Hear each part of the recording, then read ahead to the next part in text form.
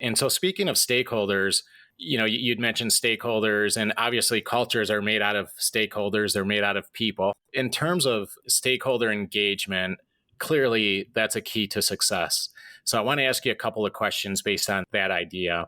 And my first question is, how important is stakeholder engagement in communication in driving successful change? Exactly. You just talked about the idea of localization and kind of speaking their language, and there's a lot there, but can you maybe drill down just a little bit further, and how important is that idea to success or failure? Well, it's absolutely important, but let's dissect the terms a little bit. So the stakeholders, another term for stakeholders is subculture. So subcultures aren't simply on the org chart. So it's not as simple as, HR versus IT. Yeah. You've got all kinds of informal subcultures that aren't even on the org chart. So everybody who's been here more than 10 years may well constitute a subculture. Yeah. They relate to each other differently than all the newbies that we just hired. Just like everything else in life. Just like everything else. So you got to identify the real subcultures. Those are your stakeholders. Yeah. And that may be, over here, it might be one or two people. Over here, it might be several thousand.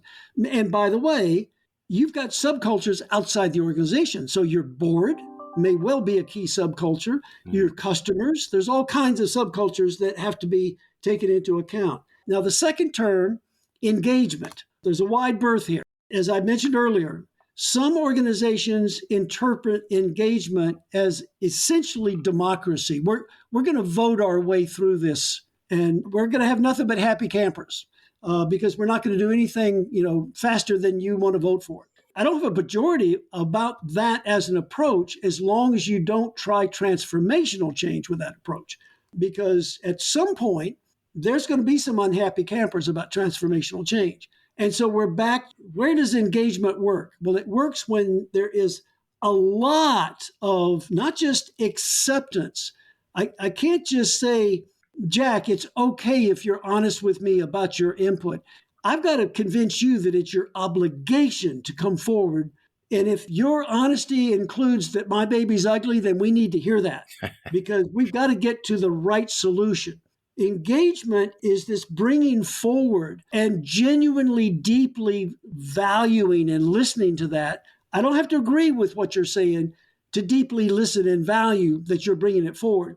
From all of that, we pull what we can tie together, and that becomes then engagement has to be married to commitment that we are now going to all pursue the same course. Engagement without that commitment is you're just asking for trouble.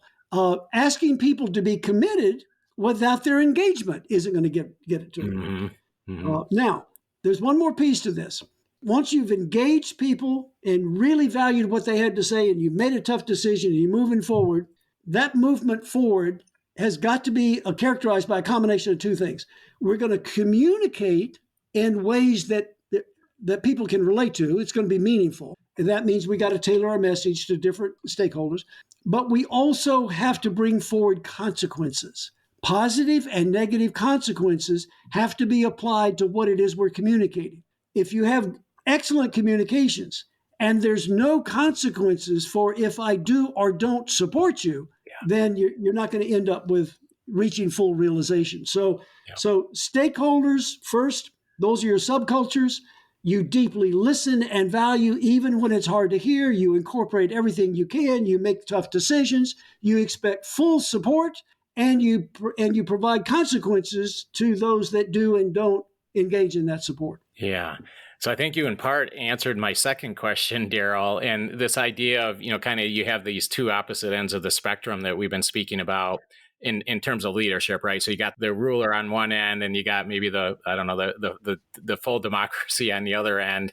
And this idea of, this question of how can leaders balance the need for strategic direction, right? So you got to balance this need, so you can kind of have that effective strategic direction, but you got to balance that with the need to listen and to incorporate feedback from the stakeholders, as you were just describing.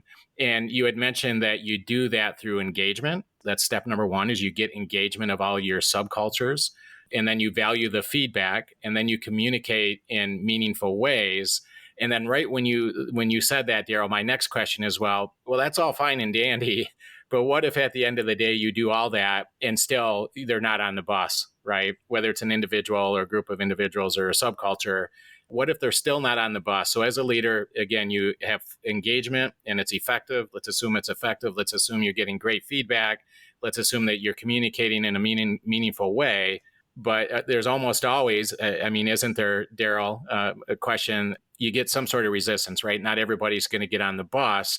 And then that's where you said, well, at some point, there's got to be consequences. And the consequences go in both directions. There are positive consequences as well for those that do get on the bus. Yeah. But yes, I had a Zoom call this morning with the CEO and a few of his direct reports, and they're months now into dealing with some pretty strong headwinds, and they've made the case for change, pushback from some key stakeholders in the organization, and they've I think done an excellent job of genuinely listening and by the way, incorporating much of the feedback that they got. But they're at a point now where, after several months of that today's meeting was about, we're going to have to simply cut our losses with some of these folks. That's not the first thing that they did. It actually is the last thing they did, but they were willing to do that. Now, there were other consequences. Consequences are not as simple as you either have a job or you get fired. Yeah. But I just wanted to raise it that this group this morning, after I think some real patience and some empathy with those that were struggling, have come to the point that this train is about to leave the station. We need to know who's going to be actually having a seat. Yeah. And isn't that part of the art of leadership as well? Because there's always, I think it's very fair and honest to say, resistance to change, especially in the scale that you work within, Daryl. And at some point, I think resistance to change is a very powerful tool for successful change. Yes. And, and you listen to that and you really just make sure, hey, am I doing my job as a leader? Am I listening to the right things? Do I understand the issues? Am I missing something? But at some point, you're not going to make progress unless you make progress, which means you got to get on the bus and drive the bus at some point. And often, even at that point, there's still people that don't want to get on the bus. Well, I'll tell you what's kind of surprising sometimes, Jack, is when there's been leadership declaration about how critical this change is. But when you get to the end of the day, confronting Sally or George about their dragging their feet, the unwillingness to do that sometimes is quite remarkable. Yeah. Sally is connected to somebody on the board and George, brings in a lot of revenue. We can't make him unhappy. I mean, there's all kinds of reasons why leaders don't draw that line, and inevitably they end up far short of the full realization that they say that they're after. Yeah, and I think it's safe to say that there are certainly politics within every organization, but I believe there's good and bad politics, right? At the end of the day, politics can be a good thing as long as it's productive and healthy politics. But you're right. Talk about, again, the fabric of really understanding the fabric of the organization to create change. Those are the sorts of things that you need to be mindful of because they matter. It's real. Well, I'd like to reinforce something that you said just a couple of minutes ago, and that is, I'm not sure your wording, but resistance, if managed correctly, resistance is an ally. It is not something that, number one, it's inevitable. So don't think you're going to get rid of it. Yeah. You can prevent unnecessary resistance, but human beings are going to push back when their expectations are disrupted. But when you see it as a strategic leverage point and how it can actually be channeled into energy toward you, even though initially it's coming against you, that's a key differentiation, again, between the leaders that succeed and don't. Because you have a lot of leaders that resistance means that we must be failing, or people are pushing back, or the people pushing back they don't really believe in what we're doing. When in fact, much of the time, they simply have questions and concerns that haven't been addressed.